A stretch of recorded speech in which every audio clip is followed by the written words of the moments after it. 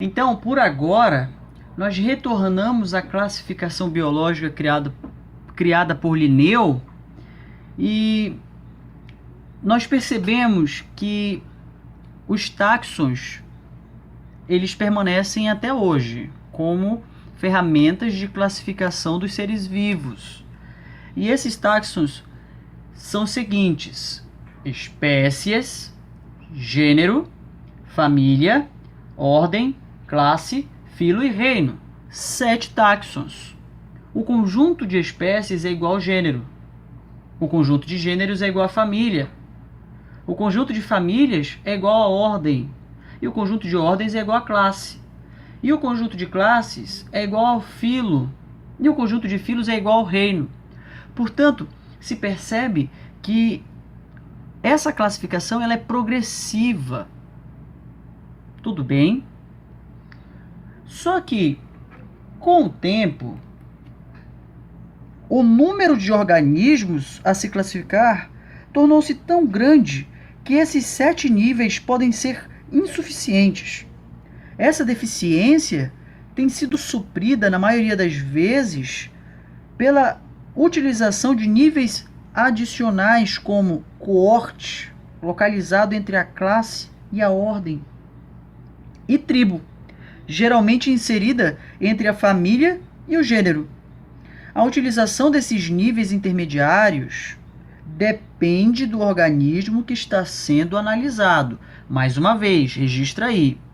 A utilização desses níveis intermediários depende do organismo que está sendo analisado. Bom, nós falamos aqui que gênero é o conjunto de espécies, que família é o conjunto de gêneros, que ordem é o conjunto de famílias, que classe é o conjunto de ordens, e que filo é o conjunto de classes e que reino é o conjunto de filos. Bom, acontece que nós ainda não entramos no conceito de espécies, que parece ser a peça fundamental de todo o estudo da classificação biológica. É por esse motivo que nos devemos agora nos atentar para o conceito de espécie. Os diferentes organismos viventes pertencem a distintas espécies formadas pelo processo de especiação, que é uma etapa fundamental do processo evolutivo. Mas o que é precisamente uma espécie? Veja só, caro aluno, a palavra espécie deriva do latim species e significa tipo de organismo. Mais uma vez, a palavra espécie deriva do latim e significa tipo de organismo. O termo foi empregado pela primeira vez pelo naturalista John Ray, ou John Ray, como eu havia falado. Contudo, coube a Linneu consagrá-lo dentro da taxonomia. E Linneu utilizou para caracterizar o conjunto de seres vivos em que os indivíduos apresentam grandes semelhanças físicas e um padrão morfológico típico do grupo. Veja só, Linneu considerou apenas as semelhanças físicas e um padrão morfológico típico do grupo. Trata-se do conceito tipológico de espécie. Olha só, muita atenção nessa hora. Linneu criou, portanto, o conceito tipológico de espécie, que foi amplamente aceito entre os naturalistas até o final do século XIX. E esse conceito tipológico postulava 4 características das espécies. A primeira, que uma espécie consiste em indivíduos que compartilham a mesma essência. Segundo, que cada espécie é separada de todas as outras por uma descontinuidade marcada, ou seja, apresentam características próprias. Terceiro, que cada espécie é constante através do espaço e do tempo. Olha lá, gente. Aqui nessa terceira, você vê claramente o conceito fixista defendido por muitos naturalistas até o século XIX. E o quarto, a variação possível dentro de qualquer espécie é bastante limitada. Ou seja, os fixistas, eles defendiam que as espécies existentes na Terra, elas são assim desde o princípio. Só que eles também aceitam uma mudança limitada. Tudo bem? Então, muito cuidado aqui. Muito cuidado. Os fixistas, eles admitem limitadamente que os seres vivos de então passaram por algumas, mas não tão fundamentais. Contudo, no decorrer do século XIX, o conceito tipológico ou essencialista, vejam só, o outro nome desse conceito tipológico é essencialista, se tornou cada vez menos aceito. Os naturalistas como Lamarck assumiram que as espécies modificavam-se ao longo do tempo e que essa transmutação era guiada pelas alterações ambientais. Então perceba-se aqui que naturalistas como Lamarck passaram a refutar essa ideia de fixismo. Charles Robert Darwin, que nós já havíamos falado sobre ele refutou a ideia de que as espécies são constantes. Estudos confirmaram que as espécies são compostas de populações que se diferenciam de um lugar para o outro e que indivíduos de uma população variam entre si. Assim, tipos ou essências não existem na natureza. Mais uma vez, caro aluno, olha o pensamento do Darwin. Registra aí. Ele defendia que tipos ou essências não existem na natureza. O conceito tipológico de espécie apresenta um grande problema. Qual que é esse problema? Quais são os verdadeiros limites entre as espécies? Uma vez que o critério puramente morfológico não é suficiente para delimitar uma espécie. Veja só. Porque dentro de uma espécie há indivíduos bastante distintos, como ocorre entre as diferentes raças de cães,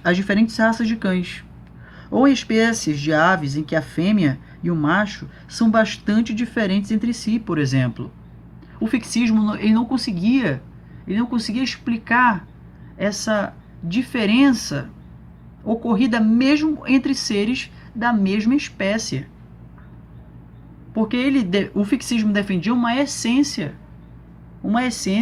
que constituía o padrão, constituía aquilo que não muda dentro de uma espécie. Mas, peraí, será se não muda mesmo?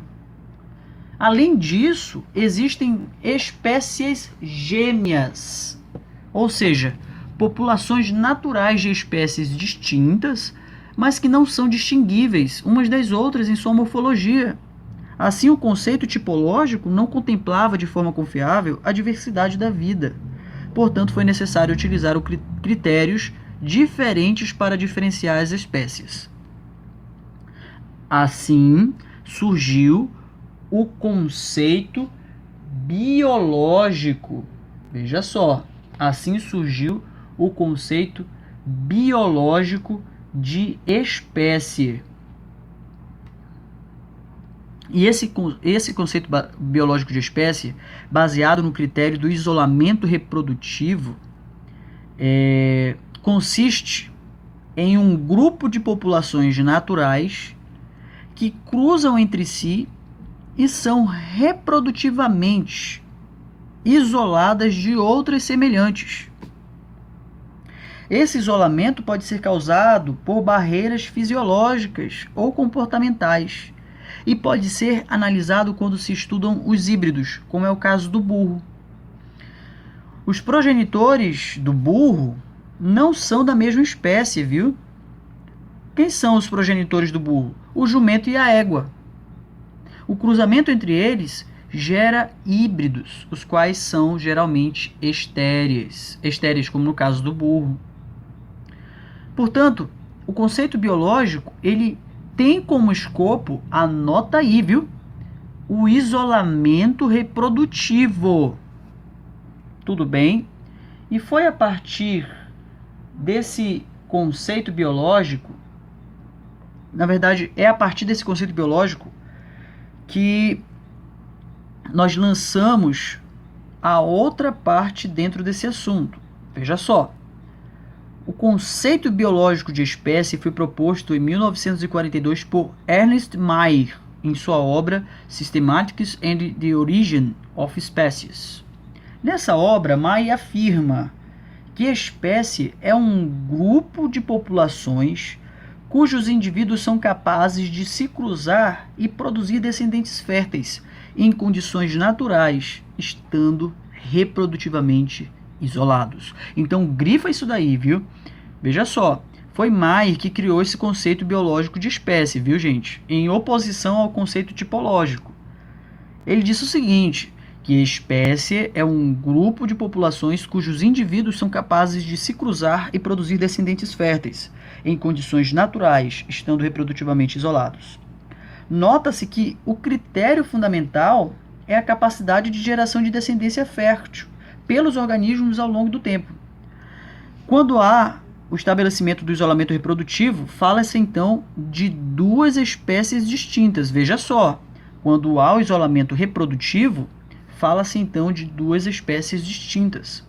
É o caso de animais, por exemplo, como tigres e leões, que, embora sejam cruzados em cativeiro, estão naturalmente isolados reprodutivamente na natureza, viu, gente?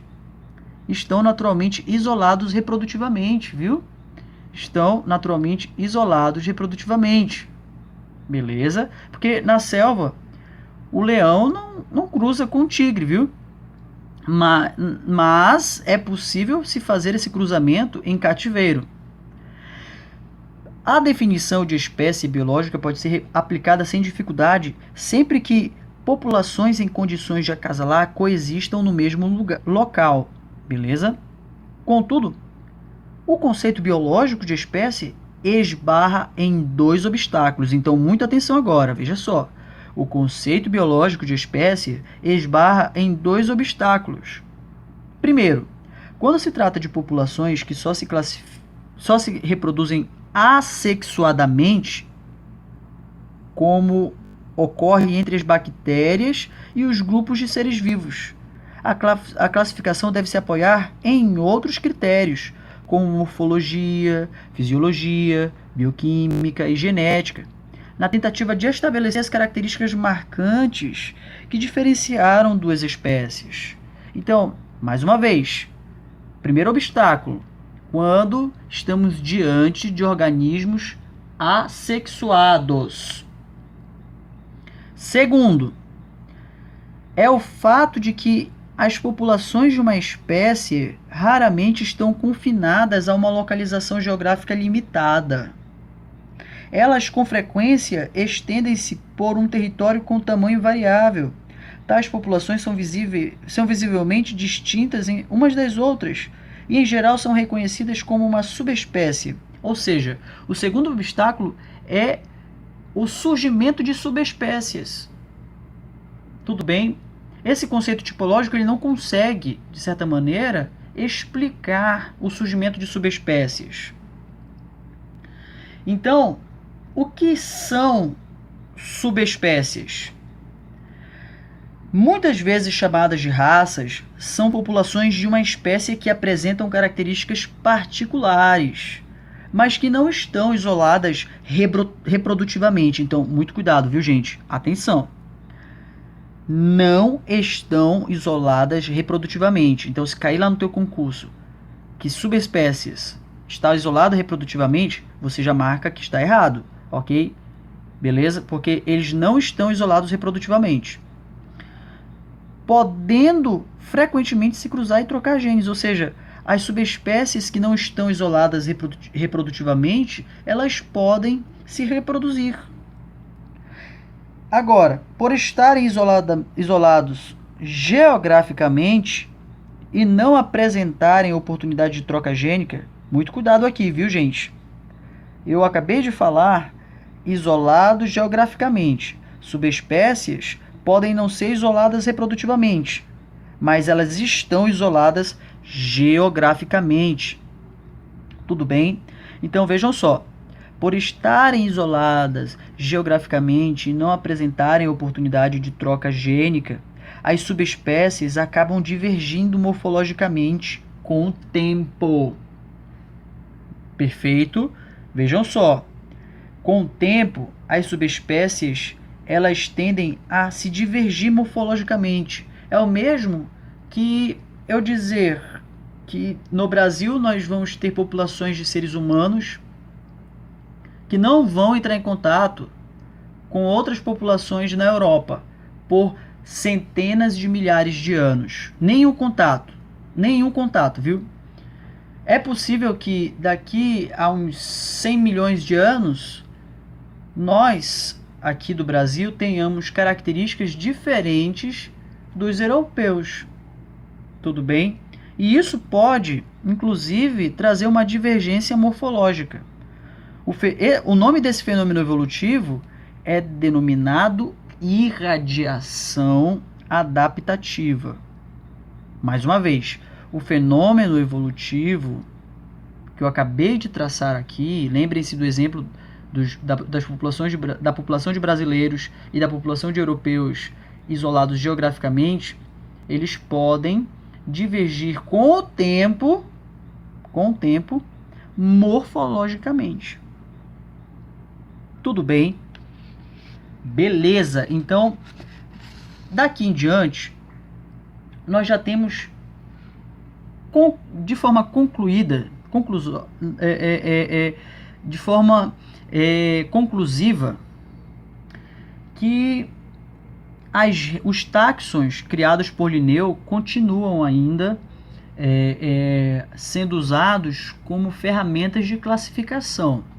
Mas existem outras ferramentas, como no caso do coorte da tribo, que servem para classificar uma determinada espécie devido à diversidade que é tamanha no planeta Terra que os táxons criados por Linneu não são tão capazes de classificar todos os seres vivos existentes.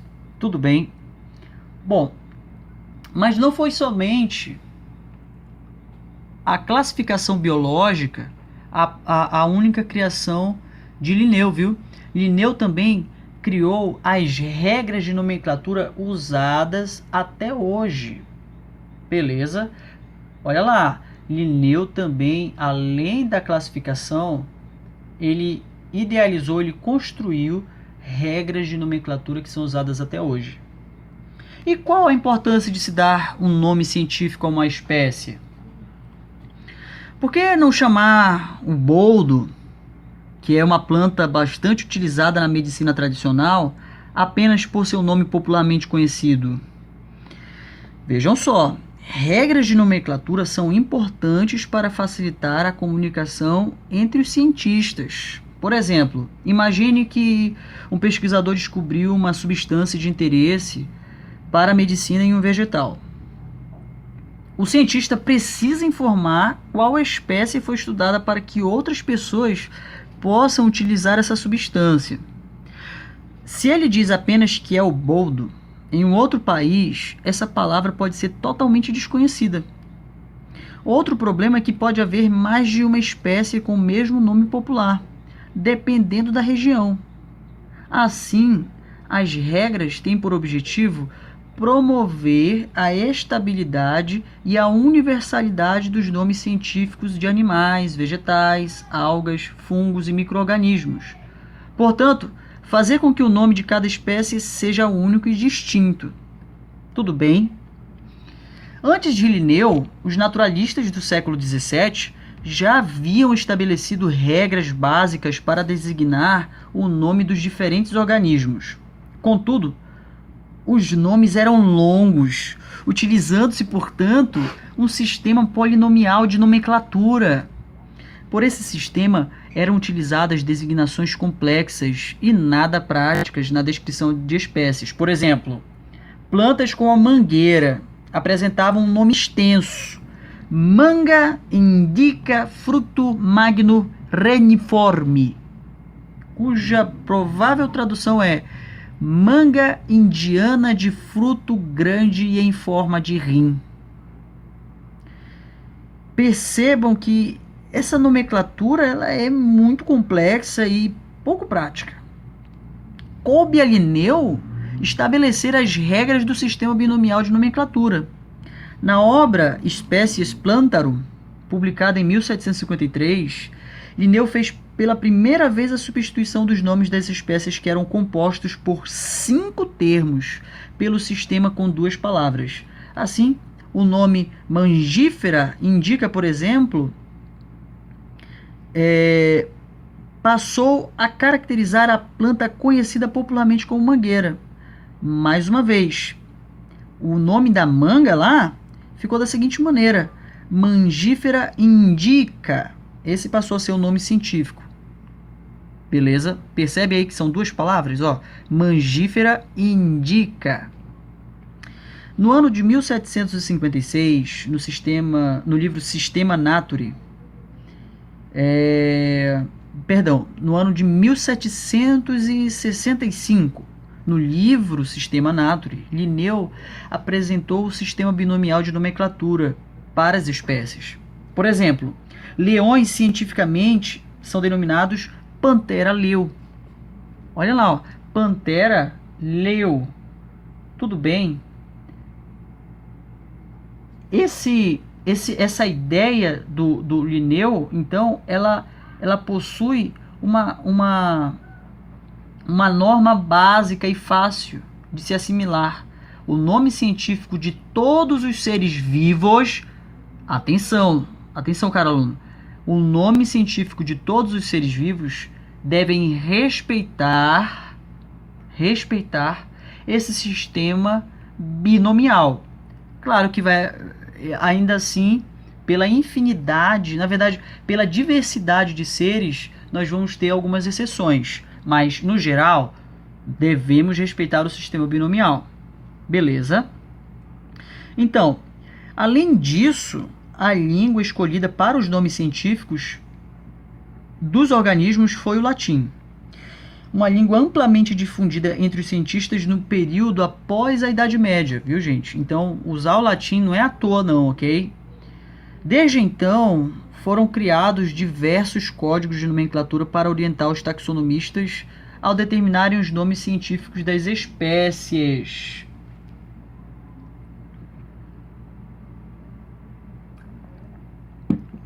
E como é que fica atualmente? Atualmente, nós temos regras bem fixas, bem legais de se entender. E essas regras, elas conservam ainda a ideia binomial, ou seja, no geral, todas as espécies possuem um nome constituído por 2 nomes, beleza? Por 2 palavras, na verdade, e essas palavras vão estar em latim. Além dessa regra, a nomenclatura também deve obedecer o seguinte: os nomes científicos não podem ser iguais. Beleza? Olha lá. Os nomes científicos não podem ser iguais. Qual que é a segunda regra? Quando existir subespécie, por exemplo, a gente falou sobre as espécies, elas são isoladas geograficamente, mas não são isoladas reprodutivamente. Beleza? Naquele caso, nós estávamos diante de subespécies. Quando existir isso, você vai usar 3 palavras ao invés de 2. Olha só o exemplo que eu trago. Gorila, gorila, gorila. Esse é o nome científico do gorila das planícies. E olha lá, uma outra subespécie. Gorila, gorila berinjei, que é o gorila das montanhas. Perceba que eles estão isolados geograficamente. Só através do nome dá pra gente saber isso. Beleza, gente?